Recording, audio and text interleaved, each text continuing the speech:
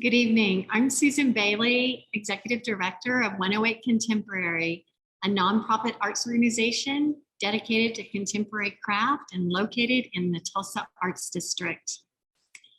I'd like to welcome you to a virtual panel discussion that's being held tonight in conjunction with the exhibition, My Soul Looks Back in Wonder, How I Got Over, which continues at the gallery through June 20th. Please take a moment to say hello in the chat and let us know where you're joining us from tonight at the bottom of your screen. There will also be a time for Q&A following tonight's discussion. So please leave your questions for the panelists in the chat box so they can be addressed during that time. Before I turn things over to exhibition curator Skip Hill, I'd like to give thanks to the sponsors who made this exhibition possible. My Soul Looks Back is funded by Vision Tulsa, a grant program supported by the City of Tulsa and the Tulsa Arts Commission. Additional support was received by from Robin Ballinger. During his artistic career, Skip Hill has produced a colorful body of work that includes mixed media drawings, paintings on canvas and wood, collages on paper, and large-scale interior and exterior murals. Born in Texas, Skip studied graphic design at the University of Oklahoma. Prior to moving to Tulsa in 2019, Skip lived all over the world, including California, Thailand, the Netherlands, Norman, and a ranch in Pauls Valley, Oklahoma. Skip has served as the curator of the exhibition, and his work is featured along with the work of Letitia Huckaby, who will be doing a virtual gallery talk on June the 3rd. It's been a privilege to work with both of these amazing artists on this exhibition. And now I'm going to turn things over to Skip Hill, who will introduce tonight's panelists. Thank you. Thank you, Susan.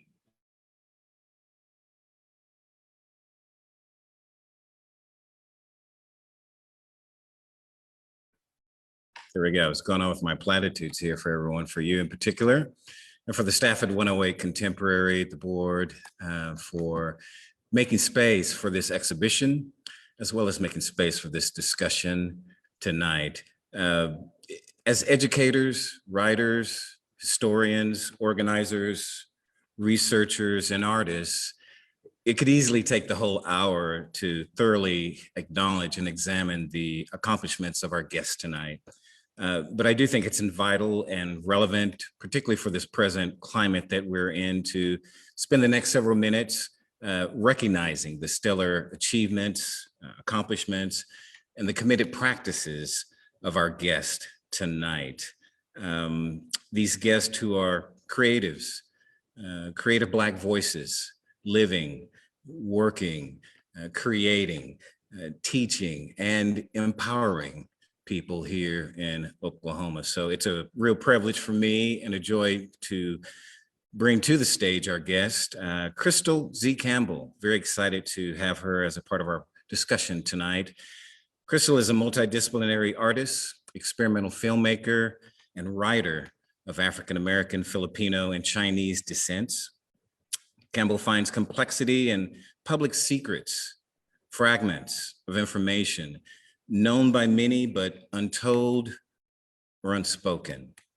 Honors and awards for Crystal include the Pollock Krasner Award, the McDowell Award, Skowhegan, Rijksakademie, and the Whitney ISP, Franklin Furnace, Tulsa Artist Fellowship, and the Flatterty Film Seminar exhibitions and screenings inside the Drawing Center, ICA Philadelphia, San Francisco Modern Museum of Modern Art, and Red Cat, and Studio Museum of Harlem, Project Row Houses, and Sculpture Center, amongst others. Crystal Campbell is founder of archiveacts.com and is a current Harvard Radcliffe Film Studies Center and David and Roberta Logie Fellow 2020 through 2021. Campbell lives and works in Oklahoma and was recently named a 2021 Guggenheim Fellow in Fine Arts. It's a pleasure to have you here. Thank you, Crystal, for being here. And I know you had a talk earlier today that I sat in on and really thoroughly enjoyed that. And again, I thank you for making the time for your second talk, at least today. Thank you so much. Our other guest is Mr. Quraysh Ali Lansana. Quraysh is the author of 9 books of poetry, 3 textbooks, 3 children's books. He's also the editor of 8 anthologies and the co-author of a book of pedagogy. He's a fellow with the Tulsa Artist Fellowship, an adjunct professor for Oklahoma State University, Tulsa, and a curriculum auditor for Tulsa Public Schools. Quraysh is formerly a faculty member of both the writing program of the School of Art Institute of Chicago and the dramatic division of the Juilliard School. Quraysh has served as director of the Gwendolyn Brooks Center for Black Literature and Creative Writing at Chicago State University, where he was also associate professor of English and creative writing. His most recent books include The Skin of Dreams, New and Collected Poems, 1995 through 2018, published by the Calliope Group. The Whiskey of Our Discontent, Gwendolyn Brooks as Conscious and Change Agent with Georgia A. Popoff, Haymarket Books, 2017. Revise the Psalm, work celebrating the writings of Gwendolyn Brooks with Sandra Jackson Opoku, published by Curbside Splendor. A Gift from Greensboro, Penny Candy Books, 2016. The Breakbeat Poets, New American Poetry in the Age of Hip Hop with Kevin Koval and Nate Marshall, Haymarket Books, 2015.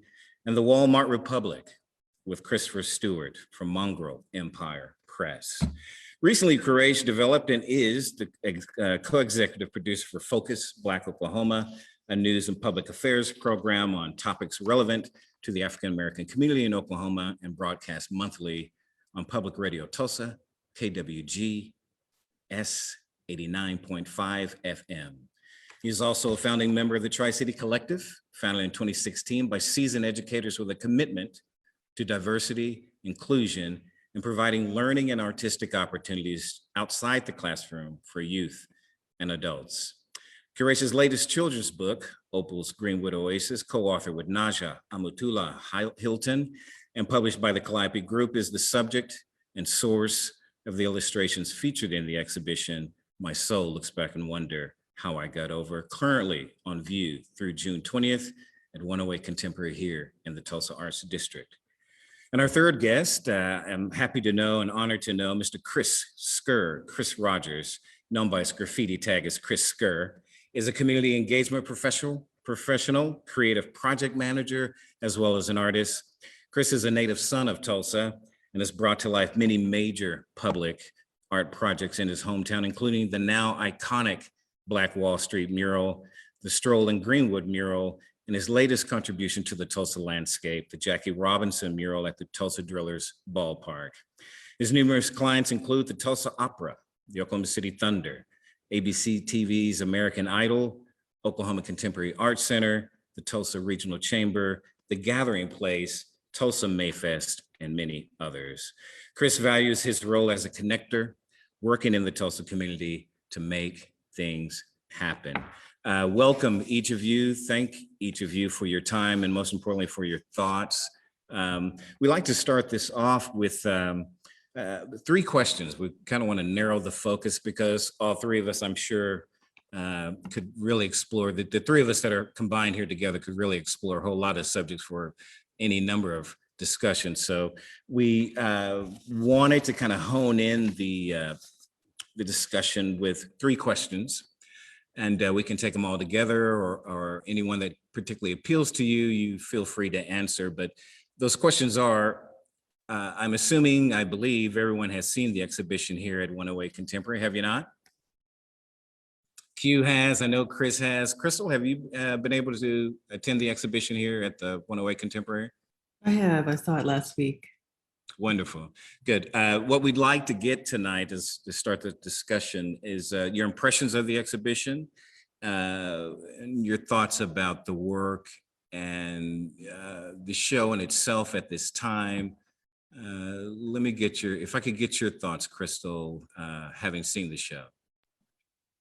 Sure, am I commenting on both artists? Your thoughts on the show? Okay. And on the exhibition, the work in the exhibition, any particular pieces or images that stuck out with you, And then secondly, the idea of the show in context of the time that we're in, particularly with the 100-year commemoration of the Tulsa Race Massacre. Right. So I actually would have liked to spend more time with the show. I sort of came in at the tail end of the day. But Well, I certainly invite you to come back and be happy to give you a personal walking tour through it that first chance you get. So some of the things that sort of stood out to me were the images of Letitia Huckaby's works with the staircases, the stairs to nowhere, juxtaposed with these other homes, and sort of bringing those steps to nowhere in relationship to other communities across the United States was really fascinating to me, sort of thinking about these parallel sort of universes and sort of dichotomies that are unfolding similarly in other places, and sort of connects to the conversation you overheard earlier today. We were thinking about, sort of tangents between Tulsa and Cincinnati, and sort of the ways in which these modes of sort of slow violences, such as urban renewal and things like this, continue to dissect and sort of disperse Black communities and dispossess Black communities across our nation. So those images of home and the lack of, the absence of a home where there are steps were really poignant to me. And then in your work, Skip, I was thinking a lot about sort of the role of the domestic environment and sort of the reverence that you seem to share for that, for the Bainal, for the Bainal experience, and sort of really honoring the sacred rituals of the everyday. So I'll stop there. Thank you. Thank you. Q, it's the work. Your book is the subject and the source of the illustrations, and the jumping off point for me as the illustrator. Your thoughts on the show? Well, first of all, it's great to be here with all three of you, who are not only family but also ingenious, creative people whose work I deeply admire and respect. So I am, and I mean that from the bottom of my heart. I'm pleased to be among each of you. I want to piggyback on something Crystal said, and then I'll sort of veer from that. The stairs to nowhere, to me, in Letitia's work, the stairs to nowhere are profound for me for a variety of reasons, right? And I think a part of it is what Crystal just said about homes that were there and homes that are no longer there, right? And sort of that. I was just there last Thursday, shooting with OETA, a special on the massacre for OETA, and being there in the physical presence of those spaces again. There's energy there. There are spirits there, in my opinion. There are duppies walking about those stairs and those vacant lots to me every time I'm there. And so there's a particular, I think, kind of resonance for me to see the stairs next to those photos of homes on Greenwood, Mississippi, for which the Greenwood District was named. And particularly because the Letitia's photos, the homes are lived in, but they're really lived in. Like that's Black life right there, right? That's serious Black living in the South, in those homes next to these places in North Tulsa where there are stairs and no homes. And so one of the things that I took away from, I've seen the exhibition now 3 or 4 times, is as the poet in me trying to puzzle piece that together. This is how we're living, and this is how we're living too. You know what I mean? Like there's nothing here, but there's something here, and there's something here, but there's nothing here, right? And so that's been like percolating in my brain for weeks now. And in terms of your work, bro, and you already know that I think you the shit. You already know that I think you're brilliant. And that is a joy and an honor to work with you again. This is our second children's book together for folks who don't know. But one of the things, again, that keeps me engaged with the illustrations from Opal is, again, speaking to what Crystal said about the everyday. Again, we celebrate. I mean, Opal goes on a bike ride through the hood. You know, she goes on a bike ride through the community, and we go with her, which is a universal experience for just about all of us. Your first solo bike ride, but hers is taking us through the district, so we get to take in all of the wonderful images and people and characters and ideas and energy from the district that you so eloquently created with your illustrations. But that bike ride is something we all have gone through, right? So it's about, as Miss Brooks, my mentor, Miss Gwendolyn Brooks, as she used to say, is finding the extraordinary in the ordinary. That's what drove her poetry, right? Finding the extraordinary in the ordinary. And that's what we've tried to do with this book, and that's what you've done with these illustrations. And so to me, that in and of itself, the fact that we are still living, is the loudest celebration of Black life. Right? Very good. Thank you, Q. Yeah, that's some really good points made there. Chris, you've had the opportunity to see the show a couple of times. I've had the pleasure of being here with you. Your thoughts about the work and your thought about such an exhibition in Tulsa right now.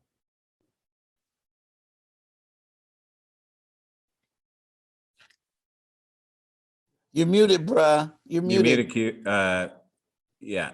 Is that There better? you go. Okay, sorry about that. Yeah.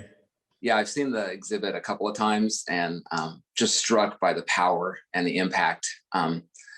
I really enjoyed the selection of the two artists for the exhibition. I think you guys bring different skills and backgrounds and approaches to the table. And so I commend the duality there.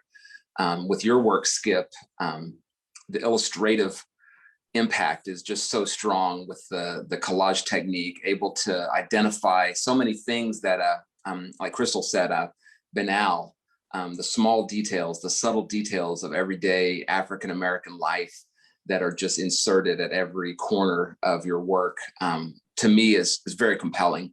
And likewise, with Letitia's work, more broad in scope. When you see those empty driveways, it reminds you that I saw that kind of stuff coming up in my generation as a kid, and not only in poor African-American communities, but also poor white communities. My grandmother lived in Northeast Tulsa, moved to Tulsa from Texas in '52, and when I was a little kid, the stretch of Memorial there north of Admiral used to have those same driveways all on the right side. Those houses, I learned later, had been bought out when the airport came in. But there used to be whole community there, and you would see the driveways and the old stoops over the decades. Those are no longer there. But it really touched me seeing that memory trigger, if you will. But I think that the importance of having such an exhibit in this place of Tulsa and Greenwood district, and in this year, the centennial of the Race Massacre, really has a double impact for me. I applaud the 108 team, Susan and the team there, for their intention in organizing this exhibit. I think that the statement that they're making, even without verbalizing it, is one of engagement, and that I think is always to be applauded. I remember having a great conversation with Susan probably about 3 years ago when I was at the chamber, and she was very intentional and open about the desire to increase inclusion, increase diversity efforts on the part of the organization, and kind of picking my brain. We had a just great conversation at that time. So to now see this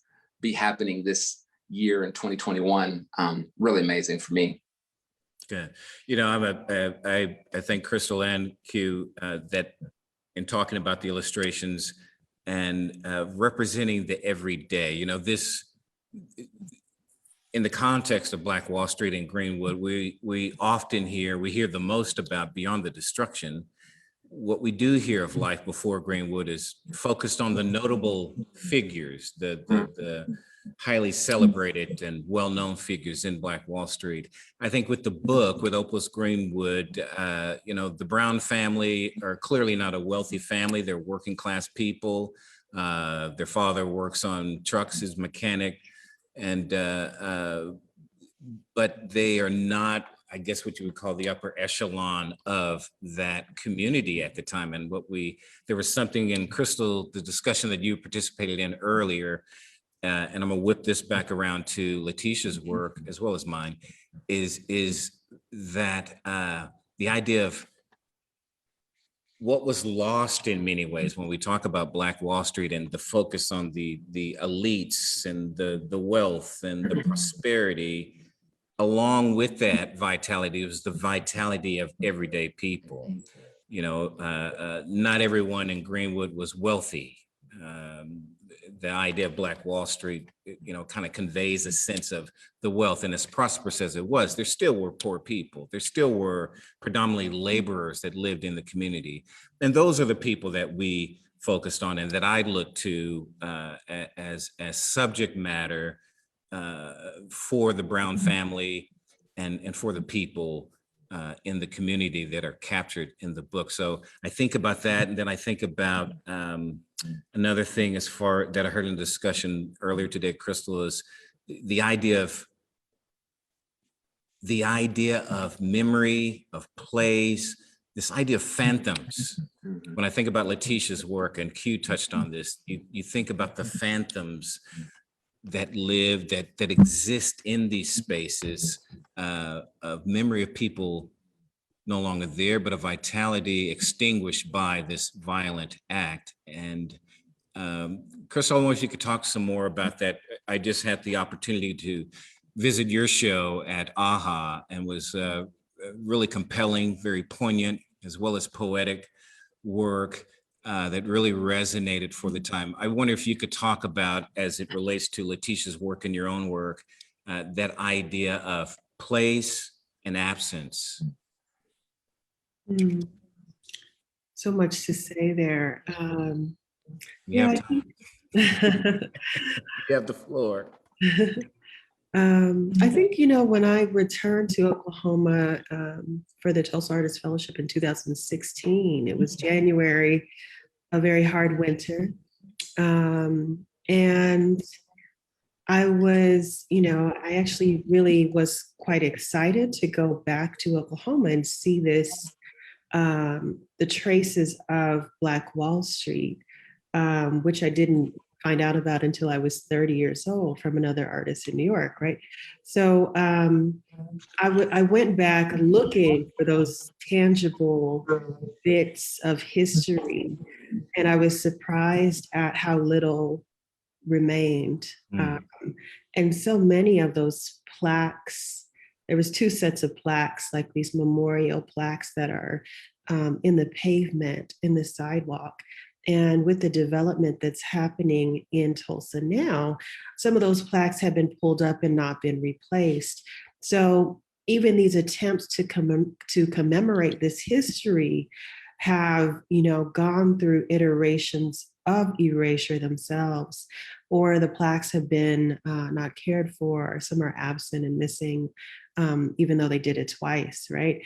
So I found that really striking, that something of this scale, where hundreds of people are gone missing and nearly 1,000 people suffer injuries, and that means several thousand people are affected, because we think about the families, we think about the people they worked with, we think about generations of that legacy. You know, like, this affects thousands and thousands and thousands of people.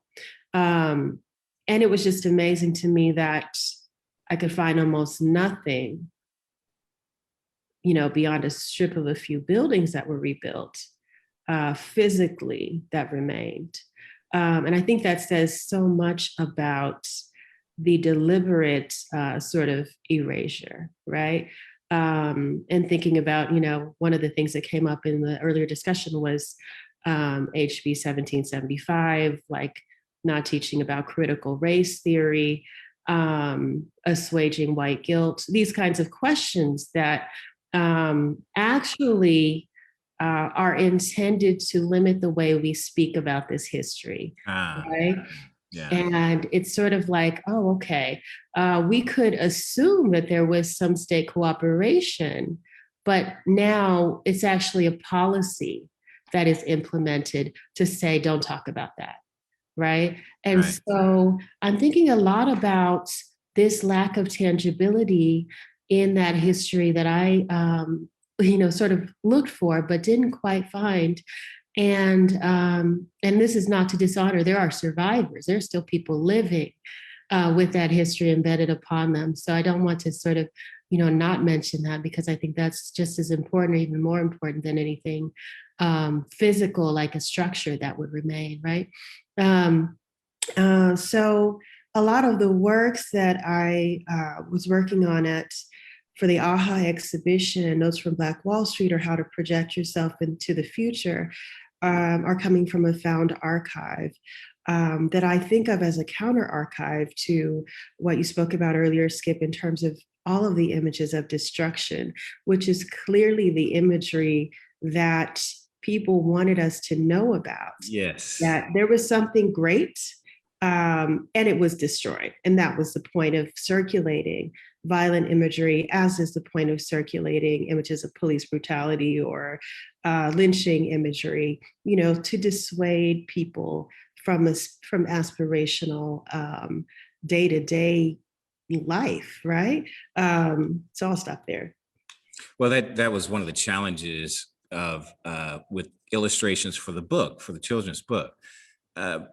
Just in doing research and seeing so many images of the destruction, and really being challenged to find images of the vitality, the dignity, the self-consciousness of Black people in Greenwood before then. But when you imagine that everything was destroyed, you can imagine all types of archives and photographs that were destroyed, journals and diaries that were lost in the destruction. And so, yes, there was much more destruction in my research that I found than there was vitality. And so there is a lot of imagination that you have to pull together to make, like the book, for instance, work, as far as capturing the street, capturing the climate and the physical environment of Greenwood. It's like in one of your pieces where you use the shards on your paintings. It's like indeed finding scraps and remnants and having to quilt something back together that is close to a facsimile as truth as possible. But again, we're working with fragments in many ways because of what little is left. Q, if you could, on that subject. Well, sure. I mean, something that I've been thinking, I think about often, right, is something that, our good friend, Dr. Carlos Hill, posits in his really powerful book, The Photographic History of the Massacre. And that is that there are more photos that the Tulsa Race Massacre may be the most photographed act of racial violence prior to the cell phone, right? And in my research, I come to the conclusion that there may have been as many cameras on June 1st at 5:08 in the morning. There may have been as many cameras as there were guns, right? That is, and to the point, to both your points, right?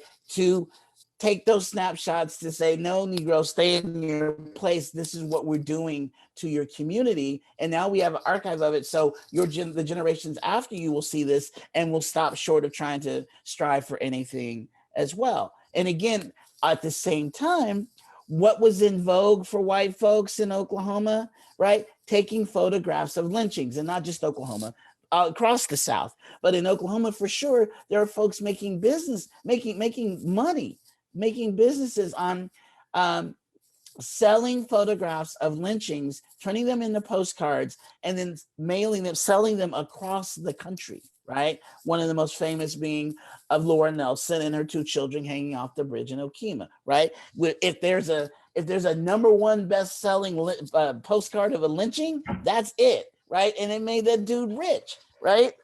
And so understanding that, again, this documentation, this archiving of, and even in some ways a twisted kind of celebration, because that's where picnic comes from, right? The gathering of white folks to say, look what we did to this Black man, this Black woman, these Black children. We're going to take pictures of it, right?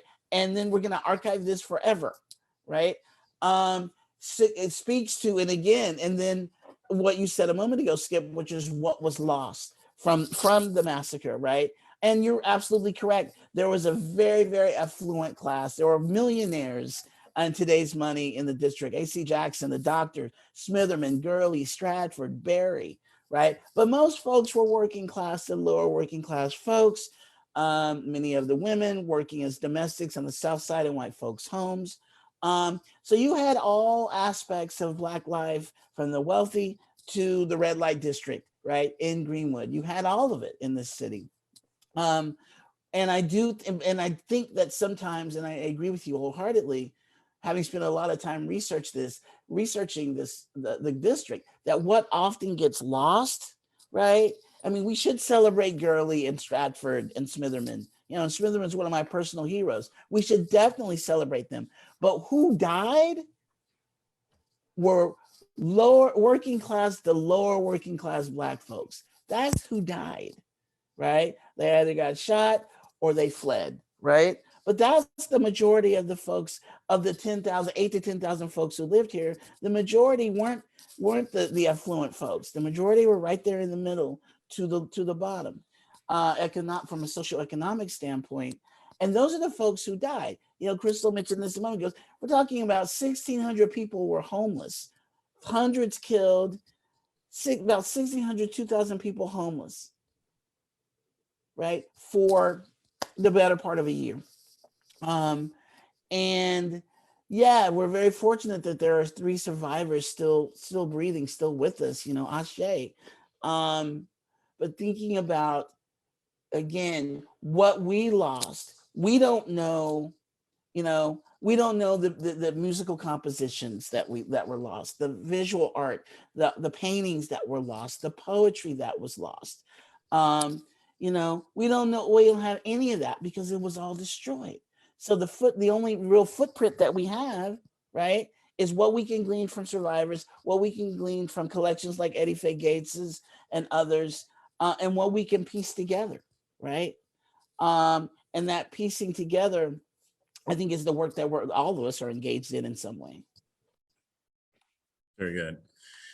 You know, I'm a segue over here and talk as well about, I'm curious about your process, and I think our viewers, those listening in, would be interested in your process, the idea of advancing cultural progress through your artistic practice. Chris, I'm gonna bring you in to talk about that, your idea of advancing cultural progress through your work and the projects that you do. What are you thinking about as it relates to that? Well, I definitely would defer to many more learned people in terms of the history of Greenwood and the full impact of these important stories. I've had the fortune of doing several projects in the community, and I've had the great pleasure of getting to spend time with people that are that have a lot of time in the study of the stories. Myself, I look at myself as kind of a catalyst when needed. I value my role in being able to conceptualize more vague ideas and bring them into a more project-focused space. And kind of that's the mentality that I bring when I'm engaged with by different stakeholders. But we know that, for example, my background is primarily more in public art, and we know that the power of public art to affect placemaking efforts is well established. Back 2017, when I created the Remembering Black Wall Street signage, it really impacted upon me the value of educational components to these public art projects as well, because that Remembering Black Wall Street signage that I created contained a list of businesses, and most people assume that those businesses were from 1920, 1921, before the massacre. And we were always pointing out to them that actually those list of businesses were from 1935. This was representing the strength of the community to rebuild, the vitality of the individuals to rebuild after the awful massacre. So it was very important to see those lists of businesses, because it is one more opportunity to educate, looking at the success that they were able to generate even after being completely wiped off the map. So when I approach a public art project, I always take into consideration the place, and with Greenwood, the importance of the place is just magnified times 10,000. We're standing on literally sacred ground here, hallowed ground. And so it's always important to remember the aspect of what you're coming from, and also pay homage to the people that came before. So when we took it upon ourselves to try to start conceptualizing the Black Wall Street mural, we were aiming for the fence. Basically, we were really trying to knock it out of the park. It was a 10-month planning process, and there were multiple stakeholders involved. And through that process, we had to push forward the vision that we had. Not everybody was on board initially. With any type of change, sometimes there's going to be people that don't share that type of vision. And of course, we wanted to pay respect to all the different voices and opinions, while still holding the value of the vision that we had. So since that time, the Black Wall Street mural was created in 2018, the incredible mural artist, scribe. And, we've been fortunate to see what we hoped for come to fruition. The goal of the Black Wall Street mural was always twofold. Number one was to create an iconic mural for the district and for the city. And we didn't know it at the time, but it was ultimately for the nation in the level of national coverage that it continues to get. But more important than that was the goal of sparking crucial conversations. And so that's the power of art, to spark dialogue, to get people engaged with each other, even as simple an act as this group comes to look at the mural and they run into this group that comes to look at the mural on the same day. And then bam, they're talking to each other. It's a beautiful thing, because each time I go out to visit the Black Wall Street mural, even as recent as last weekend, you still see people coming there, taking their photos, making their plans to put themselves in this place and experience this art, which puts them then in the Greenwood community. And hopefully they're spending their dollars in the Greenwood community. They're learning more about the history of the Greenwood community. They're getting excited about it. But I wanted to touch base real quick on a couple of things that were said earlier.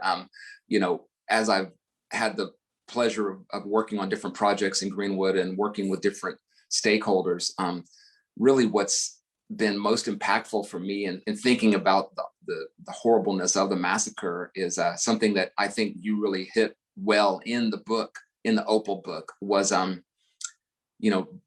not only do we talk about the lives that were lost, but the hopes and dreams that must have been lost. I thought about Opal, how big a deal it is to ride her bike for the first time by herself, and her parents are very instructional in guiding her. And as she takes that bike ride, the community that is there having her back, the way the words are written illustrates the community standards and the mores of the Greenwood people. The lady down the street checks on her as she rides by. The grocer knows her name when she goes into the store and asks about her mom. That community that got destroyed, beyond the folks that lost their lives, what did Opal lose?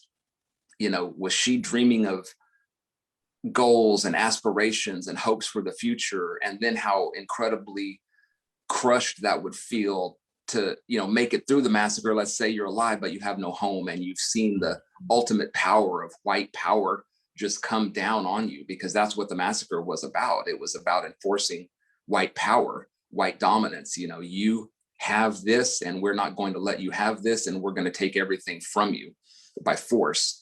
And so the survivors were left knowing that, I can only imagine what would go through their minds. But I think about that a lot. The people that then left Tulsa, what did we lose there? The professionals, the creatives, the strivers, the people that would have made businesses and made inventions and made commerce happen. We lost so much of that because obviously they got out of town after seeing what happened. And the people that were here, we know that they kept their spirit and they kept their community going. But they were also traumatized, Chris. You had a community that was people that was completely traumatized by that. We can only imagine, trying to look back 100 years, putting ourselves in that place. But no, again, I'll wrap up by saying that, whether it's this 108 exhibition, or whether it's the public art projects that are going on, or whether it's the other endeavors that are going on in the community, the arts do play an important role, because people connect with their heart and their spirit through artistic endeavors, and it has the power to start those conversations and continue these dialogues. Thank you, Chris, and congratulations to you on the Jackie Robinson mural, which the first time I saw it, I was like on Elgin Street, and I just looked across the way, and there in the distance, it was just absolutely gorgeous, the light and everything as I saw it. So it was a wonderful introduction. And again, that will add to your stock of iconic spaces that you've worked on here in Tulsa, and we appreciate you for that. On the subject, as we're talking somewhat about loss, the last question I'd like to ask with the time that we have left is, in what ways can art be used to mourn loss while also celebrating or looking forward to the future? Crystal, a lot of your work touches on this. I wonder if you could speak to that in your practice. Thank you for the question. I think that there is something about having the act of mourning being manifest as an artwork or as a work of poetry or something that can mediate that experience and be shared with a lot of people. That sort of also cements community in another way. And not that community has to come from that. I don't, want to say there's, that it's necessary for that to happen. But,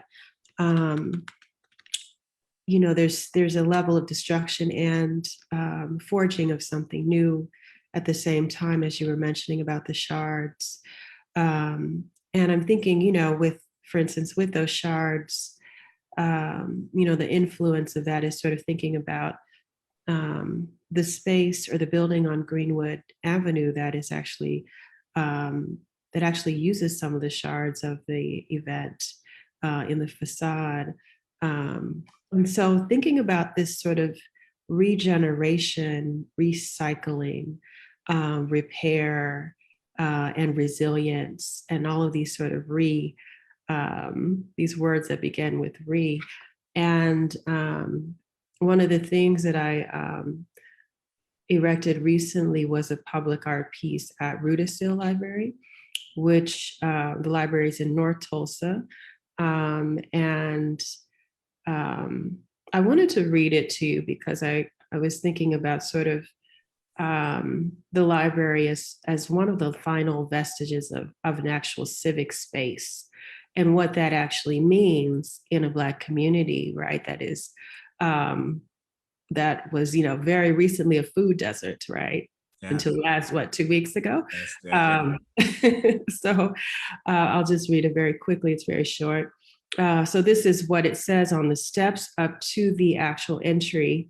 And it's sort of in response to the city, sort of praising the Black community for the resilience of the community, right? So it says, once upon a time was 100 years ago, 100 years of near silence, a full century without answers, a full century of words tickling the throat, language used to find the way. Is resilience intended as a compliment? Is resilience the equivalent of accountability? Is resilience justice? Is resilience worthy of celebration? Is resilience an invitation to perpetuate harm? Resilience does not repair. The end. Beautiful.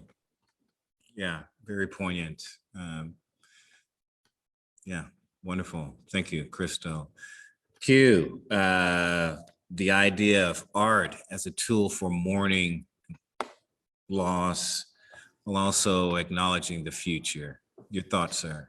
I'm still in that poem right now. Yeah, Brad. You gotta give- hey, if we could have like 5 minutes of dead space, I think we all could just, I figured you would love that. I did.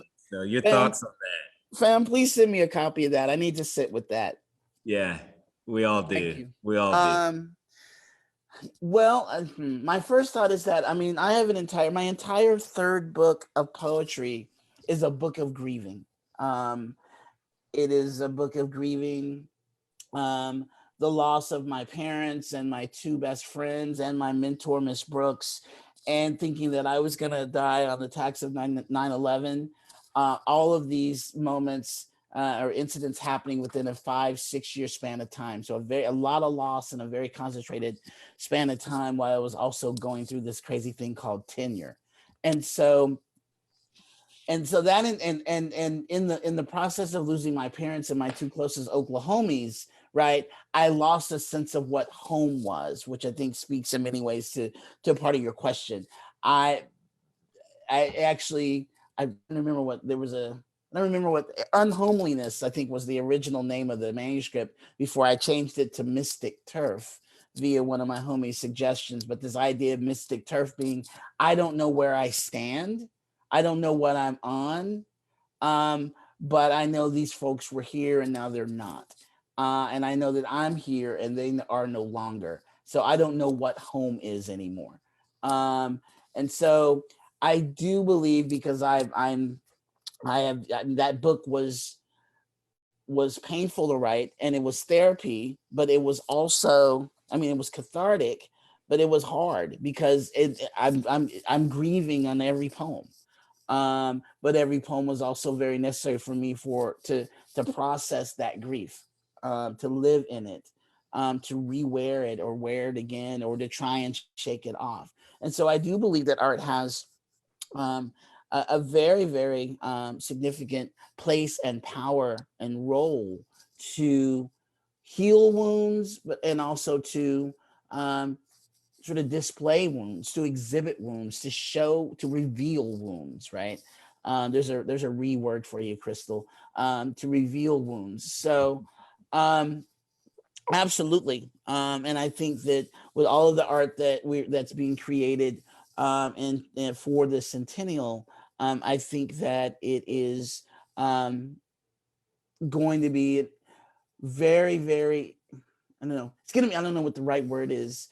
It's going to be very compelling few weeks to experience how different artists and different disciplines make manifest their wounds or their acknowledgements or their celebrations of resilience. And then I just want to briefly say something to piggyback on something Chris said a moment ago, which is that, as some of us nerdy historians knew that his sign was based on 1935. One of the things that folks don't know, this is 1935, one of the folks that many people don't know, that 1941 was the district's economic height, right?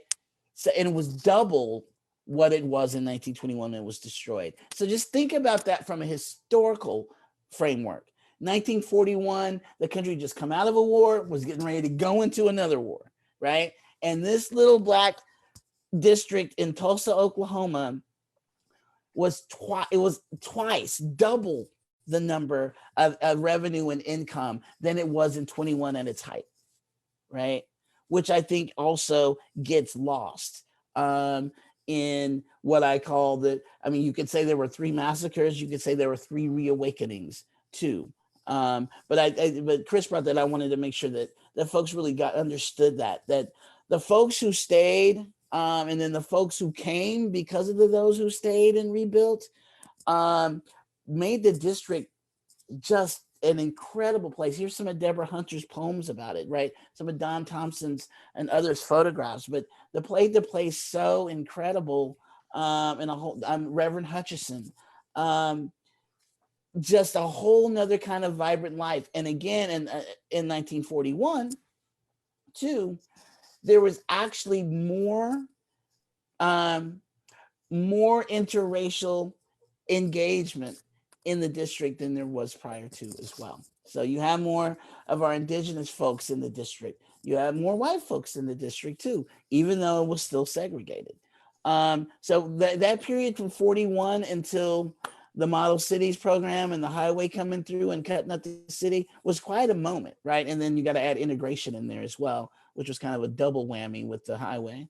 But the district was really, really jumping from 35, I don't know, about 50, right? And then things started to shift. Yeah, I want to check on how we are doing on time. We would like to leave some time for questions. I do thank you for your contributions that you all have shared so far. We'll check with Susan. Do we have any questions coming up? Okay. I've seen some comments in the chat. Can't say I've seen any questions, but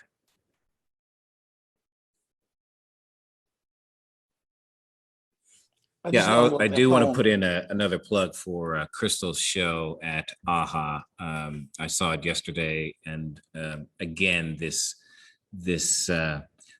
incredibly sensitive and thoughtful treatment of the photographs that you collected from the McFarland collection, the treatments of these people, and even the idea of them being in their environment, self-conscious of their environment and their place. I mean, just about all of them, I'm looking at the suits and the wonderful dresses, and the shoes were on point and hair was on point before they sat down and posed for that photography. And a couple of them in trees. One of the particular ones I like is of 2 women in a car with a woman behind the wheel, one of the 8.5 by 11 pieces that you captured. Again, that vitality was expressed, and these were everyday people posing for photographs much in the same way as we would for a cell phone photograph. The casualness of the people was very compelling to me and really stood out. Even as they were posing, you could tell they were having fun, good with themselves and good with their life, knowing full well in that moment that they were blessed in the world that they lived in. And how you accentuated that element by also leaving elements of scraps and fragments embedded into the work as well, was very compelling. And again, I'd like to encourage those of you who haven't seen the show at AHA to please do. Crystal Z Campbell's Notes from Black Wall Street, or How to Project Yourself into the Future. And that kind of leads into my next thought, the idea of the future of Greenwood and Black Wall Street. How do we envision that? Chris, how do you envision the future of Black Wall Street? You're on mute, my friend. There we go. There we go. That's a great question, because in a couple of the projects that I've been working on, we've been responsible for just doing that, envisioning part of the future of Greenwood. And while I certainly don't presume to know the answers, the vision that I would have for the district would be that of vitality, engagement, and growth. We know that through the big picture machinery, physical growth is not necessarily going to happen as far as like space.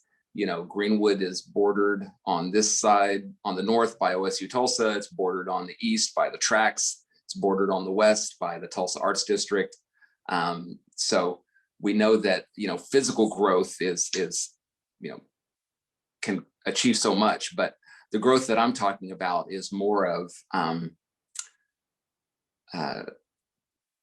hate to misspeak because it's such an important subject, but the people that are working in Greenwood are such an amazing group of people. The people that do business in Greenwood, the people that own property, the people that form the backbone of the community, the organizations that are there, the stakeholders, everybody from the Cultural Center to John Hope Franklin, Terrence Crutcher, now the Greenwood Main Street.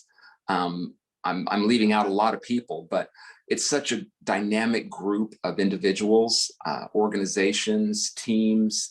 The community is strong. And my vision for the future is just for that strength to continue to manifest in multiple ways.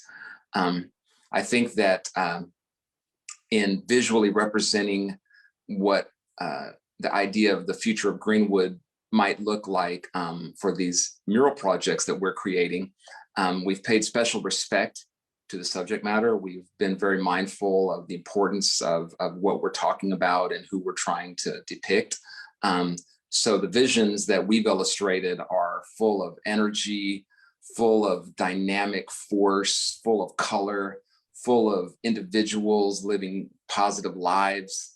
I think that the power of art, especially public art, to inspire people's ideas is never something that I forget. So when we're creating art that's going to be seen by other people, we want to have that inspiration element there. So we acknowledge the past, we remember the past, we study the present, we make our plans based upon the information that we're able to glean, and we hope for the future.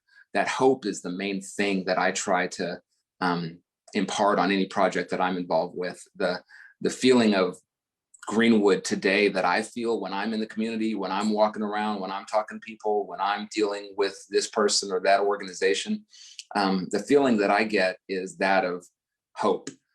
We still have issues that need to be addressed. Obviously, we're not where we need to be on some big ticket items, but as long as the people have that spirit, I'm confident in the future of Greenwood. Hugh, your thoughts about the future of the community? Chris, you should run for office, bruh, because I'm gonna bring some other business. So first of all, if you want to join us Saturday, if you're not doing anything at 12:30, Tri-City Collective's Real Talk series, Voices from the Margins. We're having a conversation called The Battle for Greenwood. And that conversation will involve Christy Williams, Nehemiah Frank, and Carlos Moreno. And that's 12:30 on the Tri-City Collective website. And that's a precursor for an entire FBO, Focus Black Oklahoma special called The Battle for Greenwood, which we'll be working on and to broadcast by the end of the month. Those three people are fire right there, particularly Christy and Nehemiah. They're fire. Yep, yeah. They are fire. So it's going to be an interesting conversation. And there is hope, Chris, and you're right. And I am hopeful. But there are so many competing forces and factors who are have their own agendas and aren't necessarily interested in compromising their agendas to find solutions, collective solutions to moving the district forward. And there's so many ways in which this manifests, in which the community is being shot in its feet by these competing entities, these competing interests, and it concerns me. The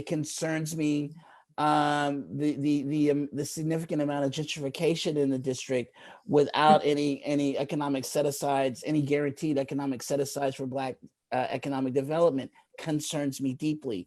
The fact that Oklahoma is a race-blind state, which means that they don't have to give any construction bids to companies of color, and it is a part of this as well. There's so many entities from the city to the state to the various chambers in the district and other competing and what I don't want to see is what happened in Oklahoma City. And Skip and I talked about this some years ago, that the city council of Oklahoma City about 15, 20 years ago set aside some money, gave some money to the Black Caucus of the Oklahoma City Council and said, here's money, build the sculpture of the Black Oklahoma City person, hero, shero that you want to build. And so the Black Caucus got together with Northeast Oklahoma City stakeholders, and they fought with one another for 3 years about whose statue. Should it be Ellison? Should it be Loopers? Should it be Dungy?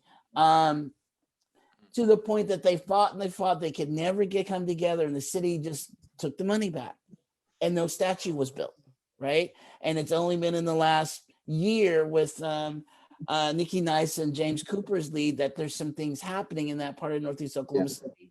That the Freedom Center is finally being rebuilt, repaired, and so on and so forth. But what I don't want to see, what I fear is already in motion here, is warring at one another to the point of stagnation and self-defeat. And that's a part of why we're doing this show this Saturday. So I hope y'all tune in, because I feel like we need to have these conversations because it's a way to move forward, right? Right. Yeah. Crystal, I'll bring it to you, that idea of a vision, and again, this is all speculation and again, hope, idealistic, and dealing with the realities and being mindful of the realities, rather. Your thoughts on the future. You know, I've constantly been taken by the when you spoke of coming to Greenwood and not seeing much in the way of tangible evidence of the past. Your thoughts as far as, and you know, you talked earlier today about spaces and the challenges that we get from city organizations, and as Q spoke to, from without and from within, the challenges that are there. Ideally, you know, we can talk pragmatically, but ideally, what would you envision as in a place in Greenwood, as well as other communities like Lincoln Heights around the country? What do you see for those a place like that, for Greenwood and places like that in the United States? You know, there's a sort of immediate thing that I was thinking about when you asked that question initially. And I think that would be, you know, resuming the excavation of folks that were improperly Interred. Yeah. Proper burial ceremony for the victims, acknowledgement from the city and state, a search for perpetrators, like bring it to justice, you know, bring this to justice, slimming the generational wealth gap, land reclamation. Like, what would that look like? We know the wealth is in the land, right? And we know that there were ordinances passed so that people could not rebuild. And it took a fight. It took lawyers, it took B.C. Franklin and others to sort of fight for the opportunity to go back home. And home was supposed to be a site of Black utopia. This is why people came to Oklahoma to settle in the first place, right? To escape some of the Jim Crow restrictions and the Southern sort of, you know, parameters of being. So maybe the sort of future that I would envision is sort of, you know, liberation, freedom, like an actual freedom, like where people are not worried about how they have their hands positioned when they're standing outside because they're worried about being reprimanded or even killed by police, right? I think there's a certain freedom of gesture, of movement, of actually embodying and, you know, engaging with the space you're in fully and completely, and not having to worry about your, you know, this sort of doom that might happen. And I think that, like, that is not a question about hope. That is a question about actually being acknowledged as a human being and being celebrated rather than criminalized. You know, I heard this earlier today, and I know it's something that's been staying with you, Crystal, that the thought that one of the things that was lost in the Tulsa Race Massacre, and even behind the discussions about Black excellence and the celebrity and notoriety of certain figures, is that we also lost the right to be mediocre. I loved when hearing that earlier today when you brought that point up. You know, as we talk about the future, the freedom just to be is the term that that really stuck with me today. That nothing, you know, you don't need to be any other justification to be acknowledged and dignified, except for just the freedom to be. I really love the idea of that you mentioned about ceremonies, proper internment, and having that be a collective experience, an added ritual. I think one of the things that we miss in modern life are rituals, you know, beyond the church, rituals, community rituals, collective rituals that aid the healing. Because, you know, it is a challenge. It is clearly, evidently a challenge to talk about the future, to aspire to envision a future when there's so much in the past that has to be reconciled and addressed. And so along with the question of asking about the future, that's the challenge there. And then really until we do that, it's really hard to envision the natural freedom, the freedom of gesture, the freedom of place and acknowledgement without finally coming to terms of beginning the work of really coming to terms with what has happened in the past. I thank you for your contributions. We're coming up, we're just a little bit over our time as far as an hour. We want to check and see if there are any questions or any discussions. But I thank each of you for being here tonight. I am going to be plugging in Q 12:30 this weekend. I'd like to be a part of that discussion with the Tri-City Collective, the Battle for Greenwood. Chris, I thank you for joining. I know you weren't feeling well today, but you were a true soldier. You look like you're all right. And I thank you for not only for being here today, but for being one of my resources and contacts here in Tulsa since I've moved here in Tulsa. Q, it goes without saying, brother. Appreciate you for everything, love you for everything, and what you're doing, who you are, and your contributions to the community, as well as your contributions to me personally and professionally. I thank you very much. Crystal, an honor to meet you. Very excited, and I have to say proud to have you here in the state. I think a lot of artists think about wanting to run off to the major cities, and while you've been all over the world, I'm enchanted, my dear, by the idea of you being here, working here, committed here, using this place as a camp to work out your ideas and share them and educate and do it in a beautiful way, a compelling way. So again, all three of you, I thank you very much for being here and look forward to seeing what all projects you all will be working on. I want to say again, also in 2 weeks, Thursday, May 27th at 7 p.m., we'll have another discussion with Elena E. Roberts. Her book is I've Been Here All the While. I'll show it up, and it deals Black freedom on Native land, which is available at Magic City Books. And Ms. Roberts will be, through 108 Contemporary, will be discussing this book. So there's a lot of energy out there right now about the topic, about this place in the earth that we are inhabiting. And again, I thank each of you for your contributions to the discussion. Thank you very much. Thank you. Thank you, everyone.